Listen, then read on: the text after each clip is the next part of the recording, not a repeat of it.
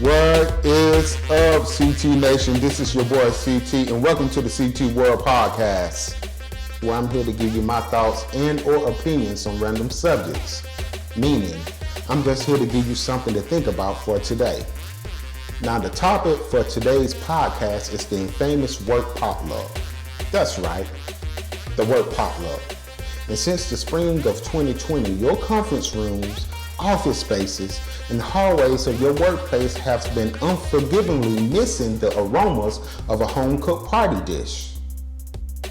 That's right, the Swedish meatballs, the little sausages that everybody pour barbecue sauce all over, deviled eggs, the fizzling of the 2-liter bottle of cola or soda or whatever you want to call it, the ice clunking around in the cooler, and somebody opening that damn annoying potato chip bag. CT Nation, I must be honest with you. The world is a better place without that potluck. I know, trust me, I know. Some of y'all running around here still having potlucks, and we know who you are because you get sick, think it's a cold. Please forgive me, it's just sarcasm. Please don't get offended because I need you to stick around to hear the rest of this podcast and hear the rest of my episodes. But anyway, back to the subject at hand. The real reason workplace potluck is a hazard is because N-A-S-T-Y. People. Taking you a while to catch up? Nasty, disgusting people with bad hygiene. Do me a favor. The next time you go to work, pay special attention to the people who always bring in homemade dishes to the potluck. Do they wash their hands? Matter of fact, do they even wash their hands after they use the restroom? Do they pick their face? Do they pick their nose? Do they pick their backside? Do they have animal fur all over their bag and all over their work clothes? I'm here to tell you, if those same co-workers were to invite you over to their house, would you even step foot inside their house? Unless you like them. Me and you both have heard horror stories of cats being in the kitty litter box, but all on top of the kitchen counters just walking, dogs licking the spoon or licking the bowl, and all of this is being done while the food is being prepared. But oh yeah, such and such beans are good. You proclaim that to the heavens. I'm not eating nothing from such and such unless they bring it from the store and it's a canned soda. And I'm still wiping that canned soda off. And trust me, I know the food smells get to you. The people smacking and gobbling the food down. But let's be honest. Some of that food be bland. I mean, no taste at all. And these are the same dishes that people brag about all the time. This is their famous such and such. This is their wife's famous such and such. This is their husband famous such and such. I know the reason why it's not famous, or the reason why it's famous.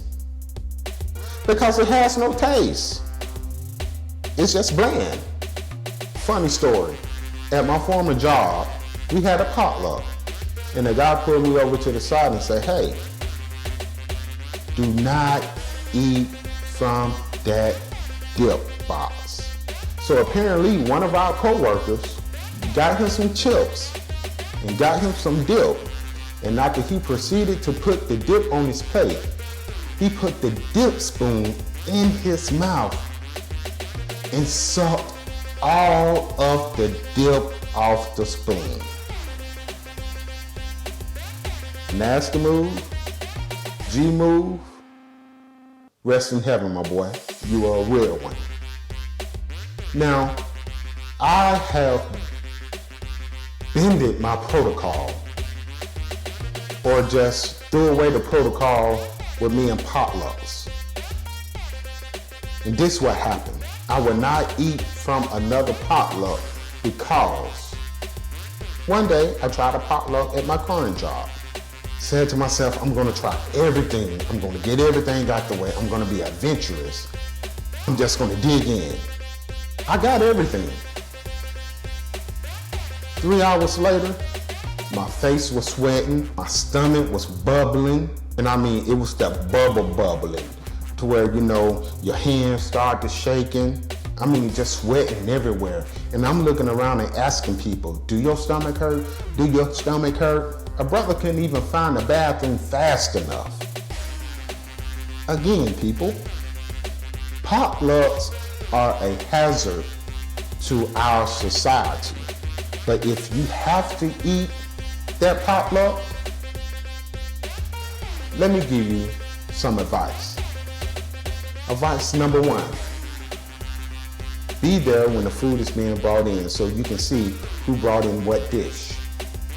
Number 2, be the first one in line. Number 3, if you don't trust the person that brought it in, don't trust the dish. Do not eat it. And number 4, don't take part of the potluck at all. On the way to work, go by your favorite restaurant, get your favorite food, bring it to work, and eat it when everybody is enjoying the potluck. And before I go, I just have one bit of advice for everyone. Stop making these dry, nasty, tasteless devil eggs. If you don't put sugar in your devil eggs, use Miracle Whip. Yep, I said it. Use Miracle Whip and a little bit of sweet relish. Until next time, thank you.